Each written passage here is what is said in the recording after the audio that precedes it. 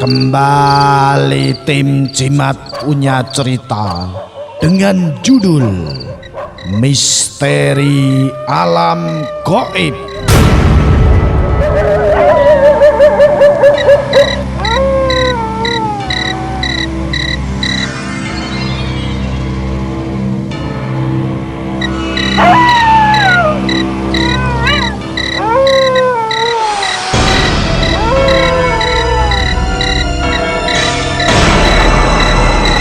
Sebut wae jenengku Sarminah, omahku ing Laladan Kecamatan Ngasem Bojonegoro. Rikala taun 1980-an aku bakul gethuk ning Pasar Bonagung Kecamatan Dander Bojonegoro. Saben dina legi lan pon mesti pasaran Bonagung. Gandeng biyen ora ana kendaraan apa-apa. Aku karo Yuyatmi mlaku turut alas nganti tekan Pasar Bonagung. Wani rawani tak wanekno gandeng aku ngrumat anak nenem kabeh isih cilik-cilik. Bojoku tukang adol rencek. Biasane ya akeh banget kanca sing padha ning Pasar Bonagung. Ana sing dodolan gethuk, gentilut, gedang goreng utawa kacang godhog, sayur-sayuran lan liya-liyane. Ning wektu iku dina jembah legi.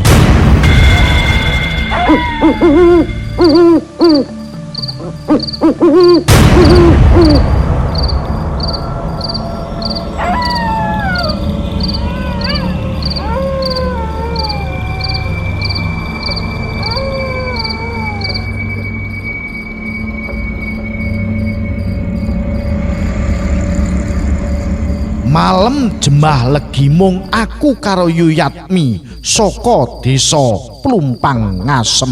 Dina kuwi pas bar udan riwis-riwis. Manjing jam 2 esuk aku budal karo Yuyatmi. Metu saka desa Soko mlebu alas. Merga aku ya wong tamping dadi mlebu metu alas wis tak anggap biasa.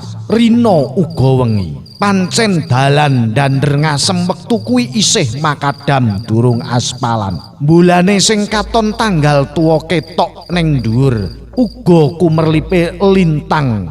Merga bar udan riwis-riwis katon padang jinglang langite. Swara kukuk beluk lan swara kewan wengi dak rungu sakjroning alas kayangan api.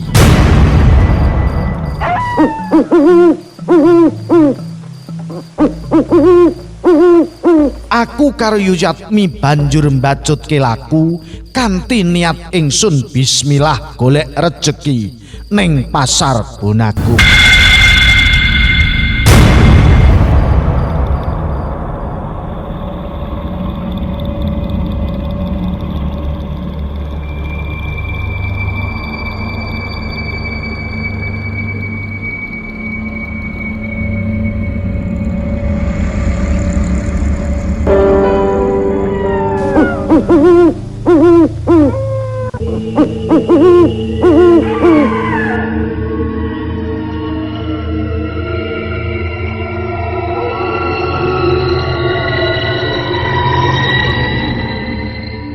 Dilalah kedadian sing aneh-anehi tak alami sakubare protelon kayangan api. Nalika teka kono, dumadakan meruhi lelembut glundung pringis lan memedi colok. Glundung pringis jinise lelembut arupa cumplunge menungsa kang glundang-glundung ana tengah ratan. Pase yonong bruk utawa jembatan saetane telon kayangan api. Merga aku wis kebiasaan mlaku bengi lan weruh bayangan sing kaya ngono kuwi, tak anggap biasa wae. Cumplung mau banjur tak sempar jebul meringis ngegirisi. Yuyatmi sajake wedi, ulu githokku banjur uga melu merinding, njerbobok ra karu-karuan. Nanging tetep tak wanek-wanekno. Urung nganti bar rasa kagetku lan wediku. Teka kaduan ana colok utawa demit lampu sing ngleyang ing sak dhuwure pocongan.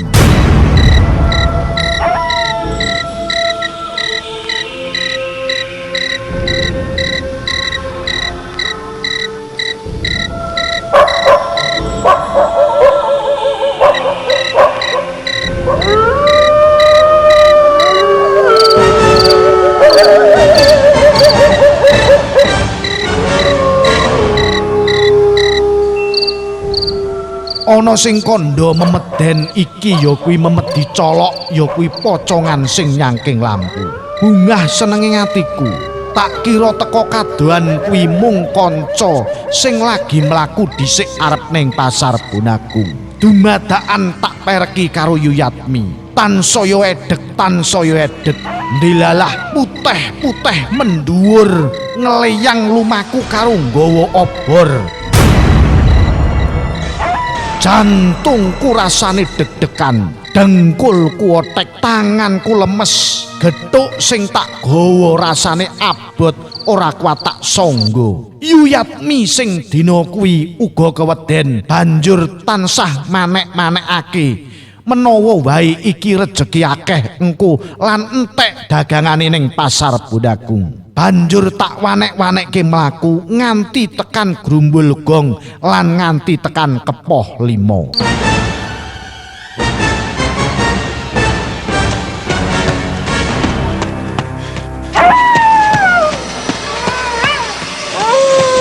Aku banjur nratas ing sawah Grogolan nganti tekan Plosorjo Bonagung. Sak tengahing sawah ing Grogolan, ing ngareping kuburan ana sumur tuwa utawa cublik kang mung dedeng-dengi gaplok utawa watu putih. Sumur iku mung dienggo wisuh utawa resik para among tani kang gluput lendut saka sawah. Sak kiwa tengening sumur mau ana wit-witan akeh kayata jarak jitun lan sak pinunggalane. Ngancik jam 3 esuk menawa wae.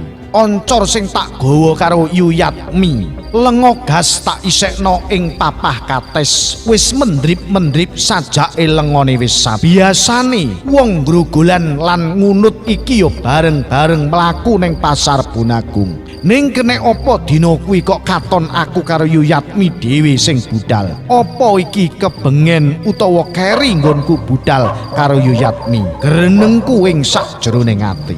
Yuyatmi sing tansah manek-manekake cerita yen kene apa wedi karo bangsa lelembut. Wong alami wae ya wis siji. Anggere ora ganggu gawe, mestine ya ora bakal diganggu. Kanthi sangu pepunton kang kaya mangkono, aku ora wedi liwat dalan ngendi wae. Melakuku tansaya tak cepetke karo Yuyatmi senajan mung liwat galeng lan lamur sing akeh merga bar udan rimis-rimis. Dumadaning sak pinggire sumur cilik kuwi, aku mambu gondone tela utawa menyok kobong.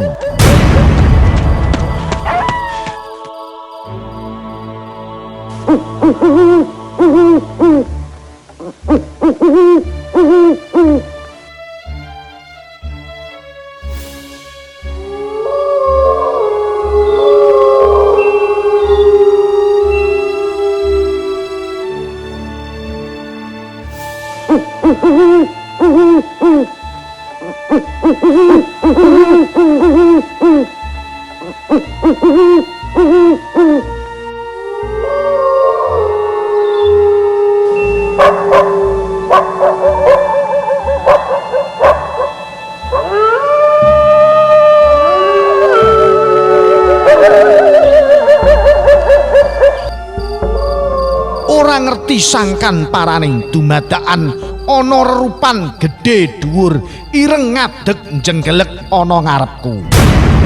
Mripate kang melulu abang sajak nesu, tangane ndaplang nyegati dalanku. Nanging Yuyatmi karo aku pancen wis diniati senajan wedi ra kaprah ning yo ora gigrik. Aku banjur celuluk. Kaki gendruwo, geni kowe nyegat lakuku. Apa aku salah yen liwat dalan kene? Wong wadon keparat aja liwat kene sebab sak kiwa tengene wit-witan lan sumur uga kuburan kene iki panguwasaku. Kono liwata kulon kono.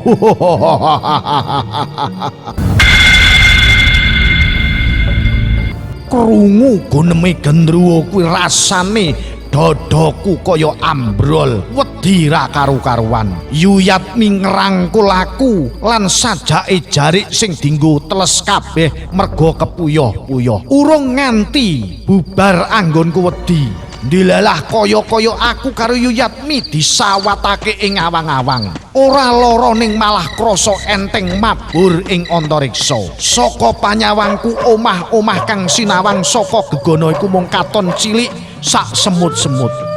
Jeluk ndilalah aku wis teko pasar Gunagung.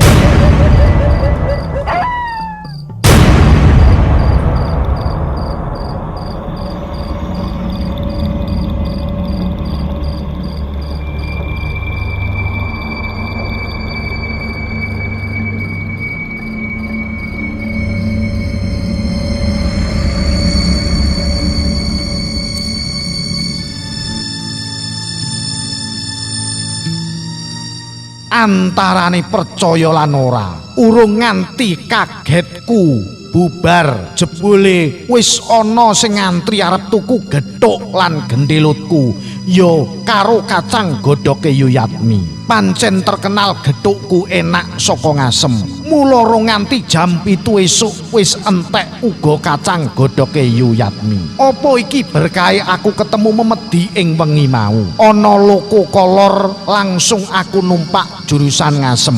Teko omah tak cerita-critakne anak-anakku kabeh. Yen to nek arep mlaku kudu maca donga dhisik supaya ora diganggu dening bangsa-bangsa lelembut. Iki cerita saka aku Ngasem Jonegoro bersama tim Cimak.